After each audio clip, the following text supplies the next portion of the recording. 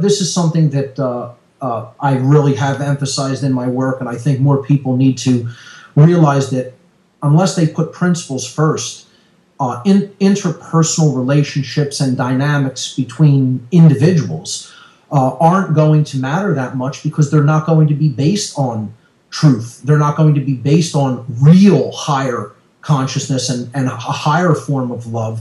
They're going to be based on just, what we want to get out of that relationship or situation.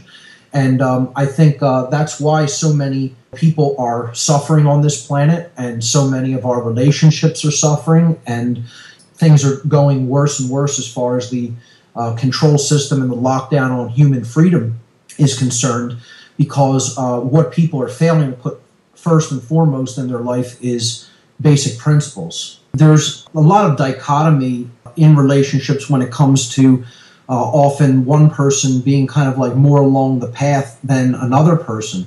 You see this hold a lot of people back from moving forward in the path to truth, because they don't want to rock the boat within the relationship that they are in, and they're putting that eros form of love above the agape form of love. Exactly. So they're putting that romantic variant of love above care for truth, which has to ultimately come first.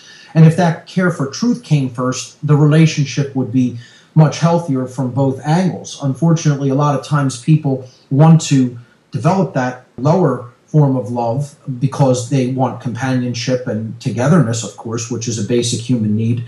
But they do that often at the expense of higher levels of awakening and consciousness. And I think relationships like that ultimately are based in a form of control, because you'll have the one person who is sort of not as far along that path of truth as someone else may be, and they tend to react with fear sometimes based on the other person's awareness, where they're trying to kind of show them that they could go. They'll react with fear and trepidation, and it'll put a strain on the relationship, and it'll sometimes that person can often act as, in many ways, an anchor, and someone who is holding back the person who is farther along from going even farther down that path of truth and consciousness. And it's a sad thing to see, although one can understand some of the motivating factors for why people will choose that.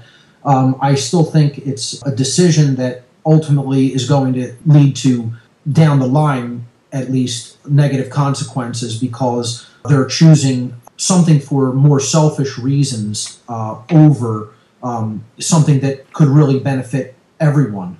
And when you continue to put selfish motivations first over truth, then you're going to see negative consequences result. I mean, that's part of karmic consequences and natural law consequences. And unfortunately, I think the vast majority of people in this world have made that decision. And again, that's why we're seeing so many of these negative consequences play out in our daily lives.